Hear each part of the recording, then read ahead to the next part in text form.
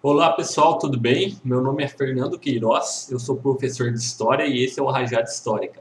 Na aula de hoje, nós falaremos sobre o período medieval, ou sendo mais específico, o período inicial da Idade Média, que é conhecido como Alta Idade Média. É o período que vai entre o declínio do Império Romano, né, ali no finalzinho do século V, até mais ou menos o século X, que é onde começou a se consolidar o que nós conhecemos hoje por feudalismo, que é um conceito geral que nos explica como era a economia na época, como eram as relações de trabalho, enfim. Nós vamos dar início a essa aula. Bom, gente, dando início à nossa aula, então, para a gente poder entender o contexto da Europa ali na região, a gente precisa voltar um pouco nos antecedentes, né? Vale lembrar também que o feudalismo que a gente vai abordar aqui, ele é específico de uma região na Europa, tá? Na Europa Ocidental, principalmente nessa região aqui que a gente conhece hoje como a França atual. Afinal de contas, o período medieval ele é um período, né? Então, cada região tinha as suas características específicas. E o feudalismo tradicional, a gente viu se consolidar nessa área aqui, tá? Bom, gente, ali a partir do século II, o Império Romano, que na época era a potência dominante, entrou num longo processo de declínio. Eles já haviam tido uma história vasta, né? Só que, devido ao seu próprio expansionismo militar, às suas próprias conquistas, o império ficou tão grande, mas tão grande, que ficou difícil de administrar. O imperador que ficava sediado em Roma, geralmente, né, ele tinha dificuldades de passar suas ordens para os generais ao longo das províncias romanas. Né? Aqui nós temos um mapa já do século VI, né, Europa em 526, onde alguns reinos bárbaros já haviam se estabelecido. Mas lembrando então, o Império Romano ele tinha a sua capital em Roma e ele se estendia por toda a Europa e até no Oriente Médio, aqui na Turquia, enfim. Só que também a gente precisa lembrar que o Império Romano Ocidental que entrará em declínio. A parte oriental, que eu vou optar por chamar de Império Bizantino, vai permanecer por um longo tempo, inclusive será um dos marcos finais da Idade Média, que é quando o Império Turco-Otomano vai invadir Constantinopla, e aí a gente caracteriza, então, lógico, didaticamente, como fim do período medieval. Mas vamos lá, então. Gente, a partir do século II, o Império Romano, então, entrou em um processo de declínio, tá? Um processo de declínio econômico, onde os escravos, que eram muitos, já não tinham onde realocá-los. A gente vê um problema no escravismo romano. Nós temos problemas de corrupção, fome, enfim. Esse processo ele vai durar ao longo de 2, 3 séculos, né? Ele vai consolidar esse declínio com a deposição do último imperador romano em 476, quando um povo de origem germânica, tá? Que é quando a gente fala em povo de origem germânica, é um nome genérico para falar sobre várias tribos que habitavam aqui nos limites do Império Romano e, ao longo desse tempo, tiveram relações pacíficas, mas também de guerra. E vendo que o Império Romano não tinha mais condições de se proteger, cada vez mais esses povos adentravam nos limites do Império, né, para fazer saques, enfim, se estabelecer numa região. Além do que, outros povos mais a leste empurravam esses povos para dentro do Império Romano, né, que era preferível enfrentar quem já estava em declínio do que um povo, vamos colocar assim, mais agressivo do que eles. E aí, ao longo desse tempo, nós veremos então uma mescla das culturas dos romanos com os povos germânicos, que vai consolidar, então, que vai estruturar o que a gente conhece por feudalismo. Tá? Uma dessas características é o comitatus, que é uma palavra em latim que basicamente nos diz sobre como era a relação entre os guerreiros germânicos, né, e o seu líder, que vão se caracterizar numa relação duradoura de lealdade e honra, tá? Que vai ser uma das características principais. Vamos adiante, então. Gente, junto às heranças dos povos germânicos, nós também teremos algumas características dos romanos que irão ajudar a fundamentar o que a gente conhece então o feudalismo. O colonato, por exemplo, era um sistema de uso de terra onde aos poucos vinha substituindo a mão de obra escrava, tá? Que inclusive vai gerar uma dessas crises no Império Romano, tá? O colonato, basicamente, ele era um sistema onde o proprietário da terra, o dono de uma vila, de uma região de produção agrícola, cedia parte dessas terras para uma pessoa, né, para um camponês, que em troca, lógico, daria parte dessa produção e outros impostos que serão pesadíssimos e teria a proteção do dono daquela terra, tá? Então vejam que há uma mistura entre essas características dos romanos e dos germânicos. Os romanos também vão introduzir o que a gente conhece como clientelismo, que é o hábito de existir um patrono e um apadrinhado, e essa relação social e de trabalho acabam se misturando, criando uma relação duradoura, tá?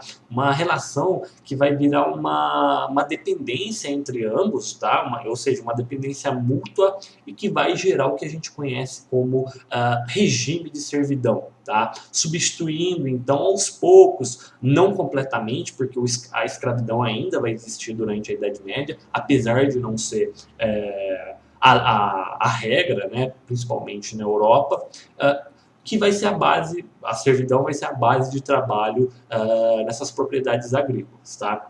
E vale lembrar que, em comparação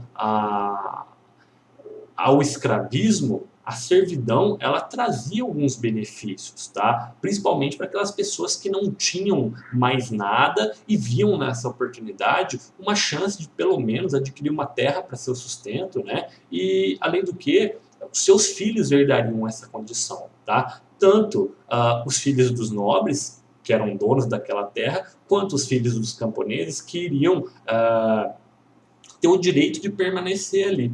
Então existe um vínculo na terra em que se trabalha, ok? E também a gente percebe nesse longo processo de consolidação dessas características uma ruralização da população, ou seja, com um clima de insegurança que está na Europa, as pessoas preferem saírem das cidades, né? Afinal de contas nós temos vários povos germânicos adentrando o território e causando conflito. Essa população vai ver nesses feudos, nessas propriedades agrárias, uma segurança, tá? Então a gente vê uma fragmentação política.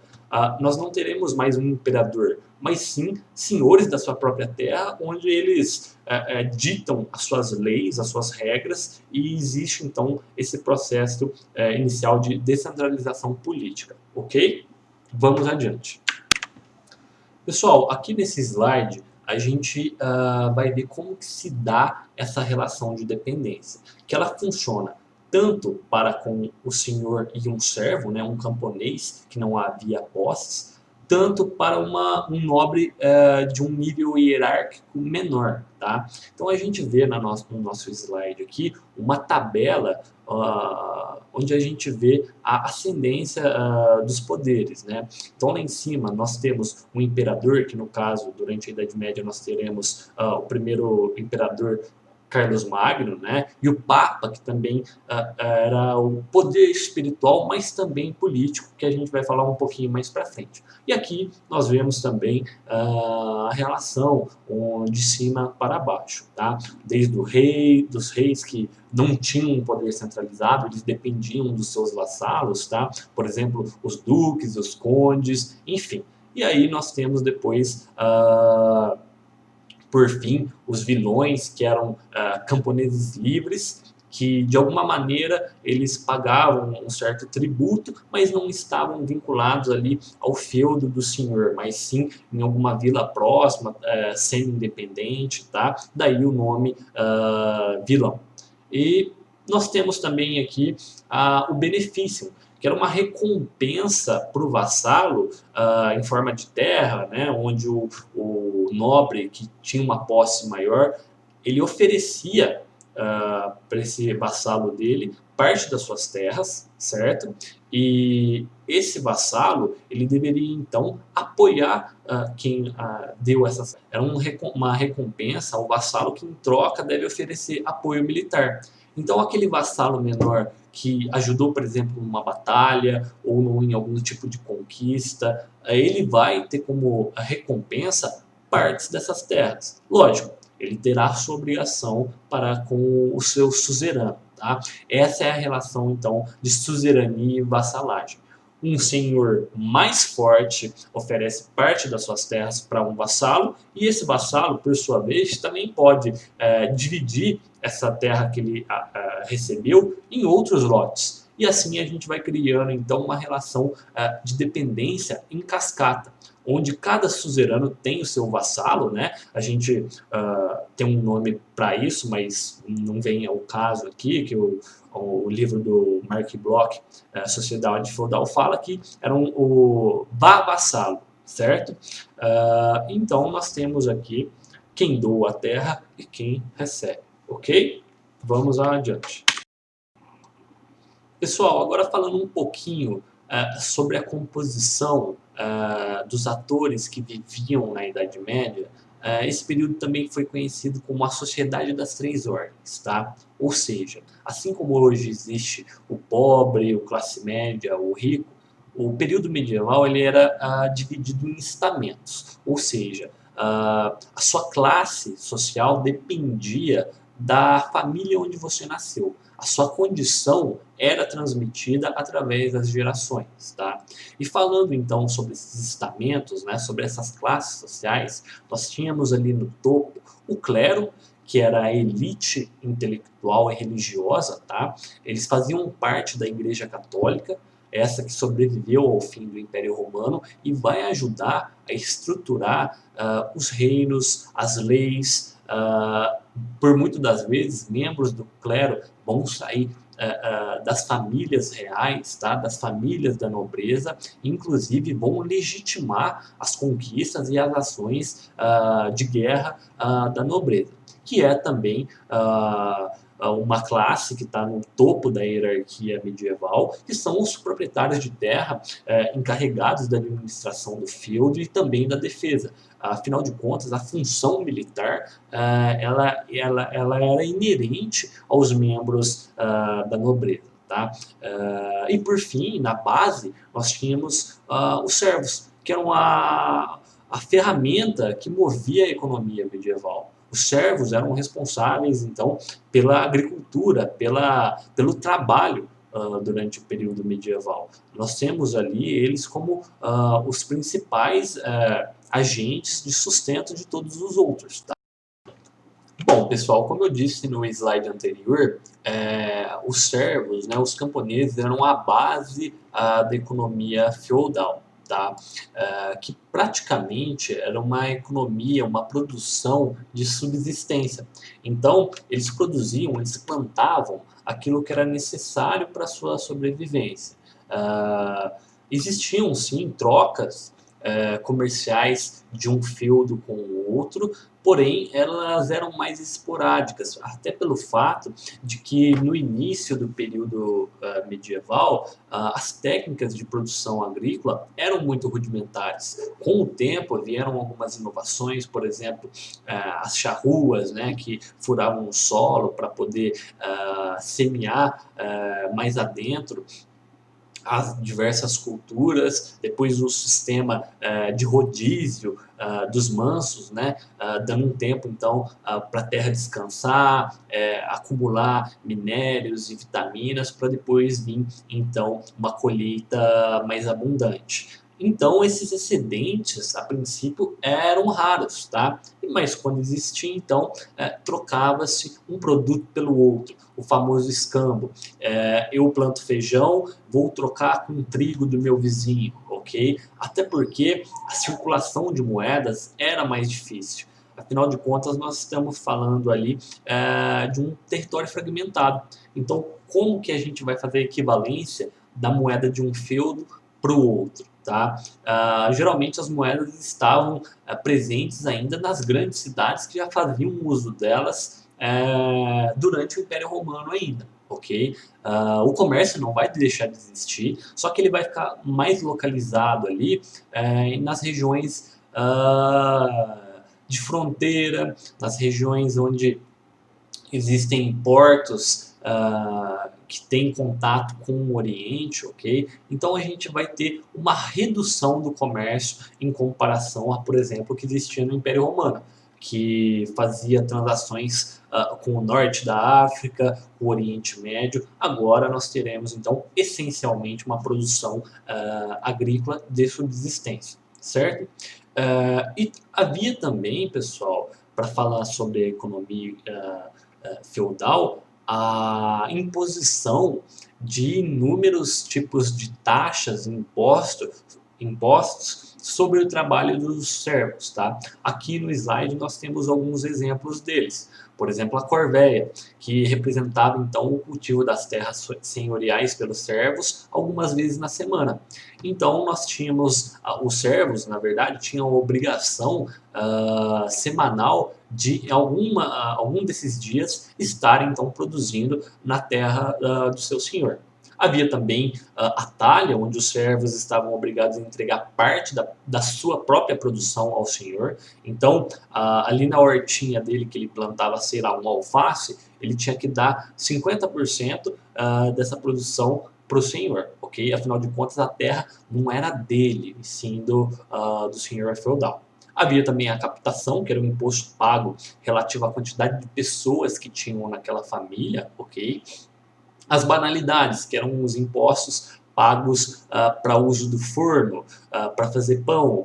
Afinal de contas, não existia um forno individual igual tem hoje nas nossas casas. Era um forno coletivo que ficava ali no feudo, na vila, onde as pessoas faziam uso dele. Para o uso de ferramentas agrícolas, que eram caras. A gente está falando de um período onde não existe indústria. Então, qualquer tipo de ferramenta, uma pá, uma foice, eram adquiridas de forma mais difícil, o ferro era caro. Tá? Então, para tudo isso, o servo tinha que pagar algum tipo de imposto, inclusive para poder casar. Enfim, aqui eu deixei alguns exemplos, mas a quantidade de impostos era absurda. Tanto é que isso favorecia, então, para que o servo não conseguisse ascender socialmente. Então, a mobilidade social desses servos era quase nula, ok? Vamos adiante, então.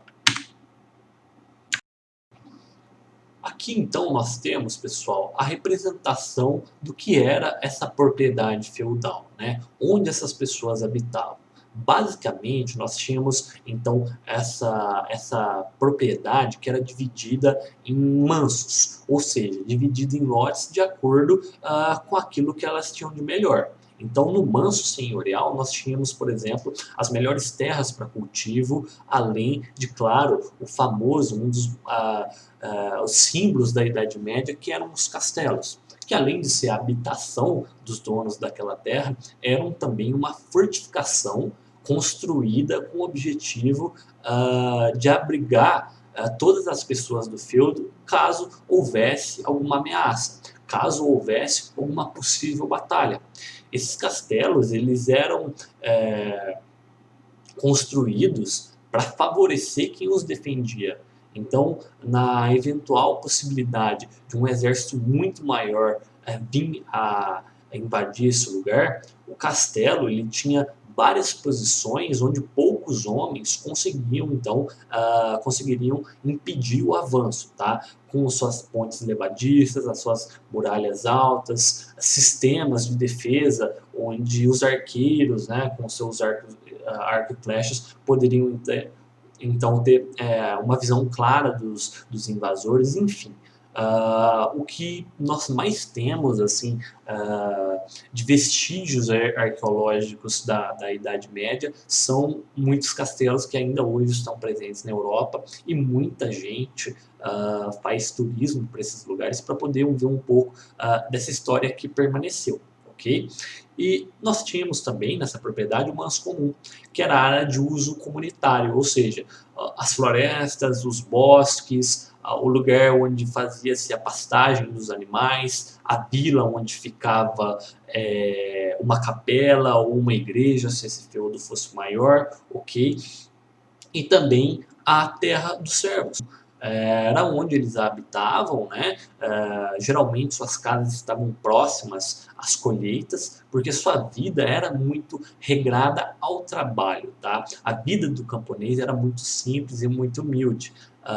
Havia pouco luxo, mas era a condição estabelecida para eles ali naquele momento, ok? Vamos agora. Bom, pessoal, provavelmente quando se fala em Idade Média, junto aos castelos, a imagem que vem na cabeça de muita gente é a cavalaria medieval, né? Que eram os guerreiros da nobreza, né? Que eram treinados desde a infância para se tornarem então guerreiros de elite, né? Que estavam então à frente da população no geral em caso de guerra, em caso fosse necessário que houvessem batalhas para defender o feudo e etc. Né? E esses cavaleiros, eles passavam por vários estágios, né, até se consagrarem de fato cavaleiros. Por exemplo, no início, né, do seu treinamento, esses meninos eles eram selecionados, né, por algum senhor, onde eles então aprenderiam as virtudes de ser um cavaleiro, né? Passava-se então pelo estágio de pajem, né, que logo cedo, quando o menino tinha por cerca de 8 anos já, ele começaria a aprender então a afiar as armas, enfim, colocar armadura, fazerem as coisas mais básicas para um cavalheiro, né? Eles serviam um cavalheiro. E aí, dependendo do lugar, da época, aos 12, 13 anos, eles se tornavam escudeiros, né, que já começava o treinamento então militar, né, o condicionamento físico, etc., até enfim a consagração do cavaleiro, que também era o ápice, vamos dizer assim, dos rituais medievais. Era onde o cavaleiro ele era consagrado perante os homens e a fé cristã, um homem de Deus, né?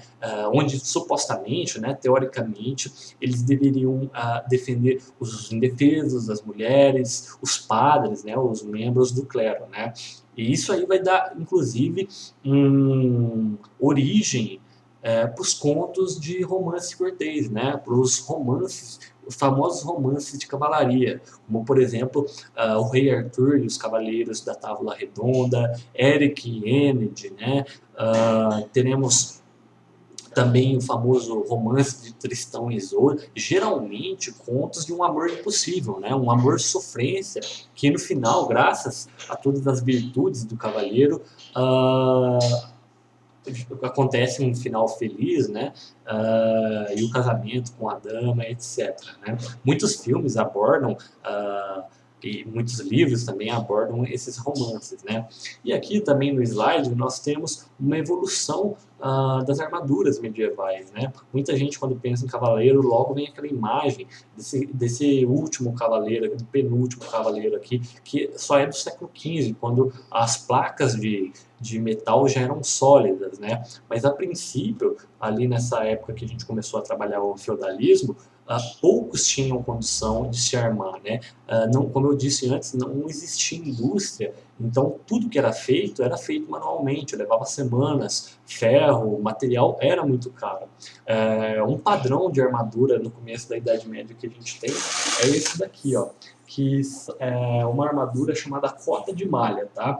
Obviamente isso aqui é uma réplica, as armaduras originais de cota de malha, os elos eram menores e também rebitados, né? Que eles tinham a função de impedir que uma arma cortante penetrasse o corpo do cavaleiro, né? Então, quando a gente tem aqui a colisão entre uma arma, essa cota de malha que ficava tanto no corpo como na cabeça, ela impedia o corte, tá? Lógico, dependendo da força. E além disso, por baixo dessa cota de malha havia também um gambeson, que era uma espécie de proteção que ficava na roupa, né?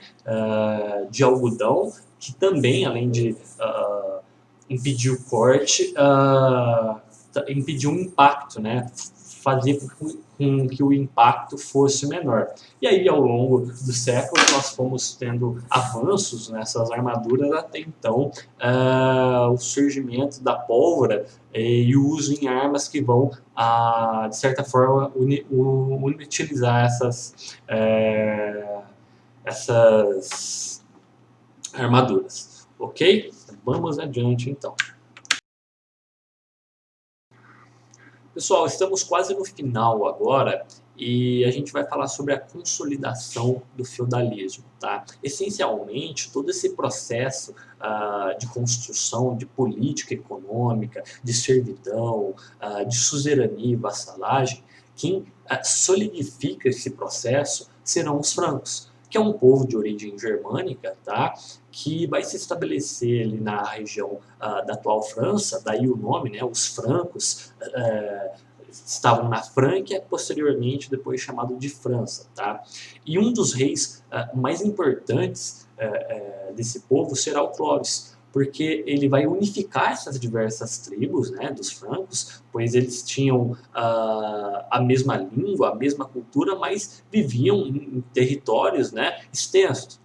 E aí ele vai unificar esse povo, dando início então à primeira dinastia unificada dos francos, os Merovingios, tá? Uma dinastia nada mais é do que uma família que governa, né? Que está no poder, e aí então vai passando de pai para filho a coroa. Okay? E aí o Clovis, em 496, ele vai se converter ao catolicismo, criando então uma aliança com a Igreja Católica, onde ambos vão se beneficiar dessa aliança. A Igreja Católica legitima as conquistas dos francos, né? Usam da fé para enfim, justificar as ações desse povo, e de quebra a igreja ganha parte dessas terras, né? Então é uma situação onde ambos, tanto os francos quanto a igreja, se beneficiam dessa relação, né? Depois do Clovis virão diversos outros reis, né, da dinastia merovingia, inclusive os francos serão responsáveis por impedir o avanço dos muçulmanos pela Europa. Tá? Depois isso merece uma aula também, mas a Península Ibérica, né, onde hoje fica Portugal e Espanha, a partir do século VII, aí, eles começaram um processo de expansão, né, pelo norte da África, até chegar então na Península Ibérica, e por pouco não avançaram sobre a Europa. Graças ao Carlos Martel, okay, que era um rei da dinastia merovingia, que vai derrotar então numa batalha importantíssima, a Batalha de Poitiers, e vai ser ovacionado pela igreja, né? Depois, posteriormente, nós teremos também os chamados majordomos, né? Que eram funcionários reais, né? Ou traduzindo, eram prefeitos do palácio, né? Eram altos funcionários do rei, que vão ter o apoio da Igreja Católica para usurpar a coroa, ok? Então, a Igreja Católica justifica que a dinastia merovingia não exercia mais o comando, não exercia mais o poder, então o Papa vai consagrar então o primeiro rei da dinastia carolíngia aí, tá bom? Teremos também, depois na dinastia carolíngia, um dos mais famosos reis de toda a Idade Média, considerado o pai da Europa, né, pelo Jacques Le Goff e outros historiadores, o Carlos Magno, né?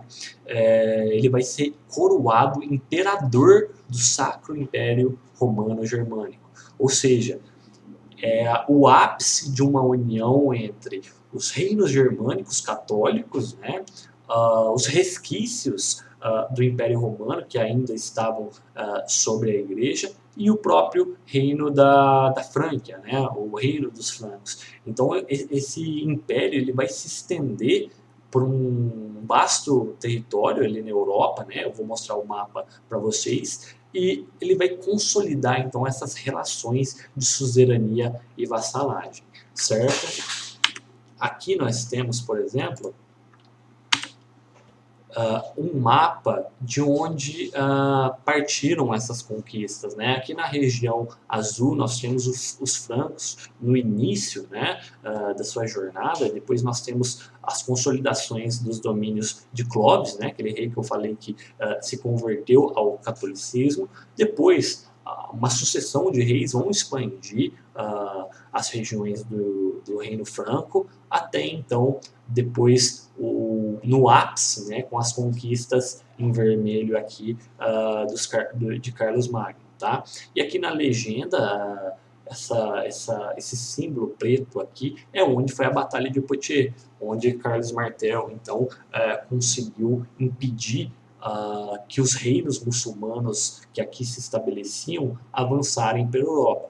Muitos falam que isso foi um evento que mudou o curso da história, né? Afinal de contas, se os muçulmanos tivessem conseguido entrar na Europa, provavelmente hoje nós teríamos até uma configuração geopolítica, religiosa diferente nessa região, ok? Gente, ainda sobre essa aliança, né, entre Igreja Católica e Império Carolíngio, nós teremos então a reforma cultural conhecida como Renascimento Carolíngio, que foi uma prática de produção de conhecimento, tá, e preservação também, que vai ser mantida pela Igreja Católica. Por exemplo, os famosos monges copistas, né, eles reproduzirão muitos dos vestígios mais antigos, né? Eles vão copiar esses vestígios e serão responsáveis, então, por manter isso para a posteridade, né? Então, graças a esses monges que nós temos muitos arquivos e muita história sobre o que aconteceu antes do período medieval. Porque se não fossem eles terem feito isso, provavelmente muita coisa teria se perdido devido ao próprio tempo, né? Muitos materiais eles perecem, né? Não só a incêndios e problemas de manutenção, mas o próprio tempo mesmo acaba com isso aí, né? E aí nós teremos então a consolidação da igreja, não só como uma elite intelectual, né, mas também como proprietária de terras, porque essa aliança proporcionou para eles o que a gente chama de investidura, né? Os francos conquistavam territórios e cediam para a igreja parte desses territórios, né? E aí no fim da Idade Média a gente vai verificar que a igreja tem quase que 1/3 de todas as terras da Europa, tá? Então isso aí foi muito benéfico para ambos, né? E não é à toa que depois ali já na Baixa Idade Média, que é um tema de outra aula, né, nós teremos então as primeiras universidades na Europa que inclusive serão mantidas pelo clero, né? São eles que vão exercer a função de professores, né? São eles que darão então um incentivo cultural, ao contrário do que muita gente pensa aí, ok? Pessoal, para dar fim à nossa aula, nós abordaremos agora então o desmantelamento, né, do Império Carolíngio e uma anarquia que vai acontecer logo em seguida. Tá? Então, após o auge, né, sobre o governo do Carlos Magno, o seu filho, né, o Luís o Piedoso, ele também vai ter o seu reinado, ele vai morrer, e aí que vai começar uma disputa de terras, né, das terras do reino entre os seus filhos, tá? O Lotário, Carlos o Calvo e Luís o Germânico. Eles vão, inclusive, eles vão batalhar entre si, e aí quem vai entrar como mediadora desse conflito será a Igreja Católica, que em 843 vai propor, né, um tratado conhecido como o Tratado de Verdun, que vai dividir então o Império Carolíngio em 3 regiões, né? A parte da Lotaringia, ela vai ficar então para o Lotário, daí o nome, que é essa região que está colorida aqui em verde no mapa. Nós teremos também a Frânquia Ocidental com Carlos o Calvo, que vai depois dar origem então à França, né? E por fim a região aqui da Germânia, que vai ser atribuída então a Luís o Germânico. Tá? E para ajudar nesse desmantelamento do Império Carolíngio, nós teremos então as invasões de povos do estrangeiro, né? Principalmente aí, os famosos vikings, que a partir do século VIII, procurando novas terras, né?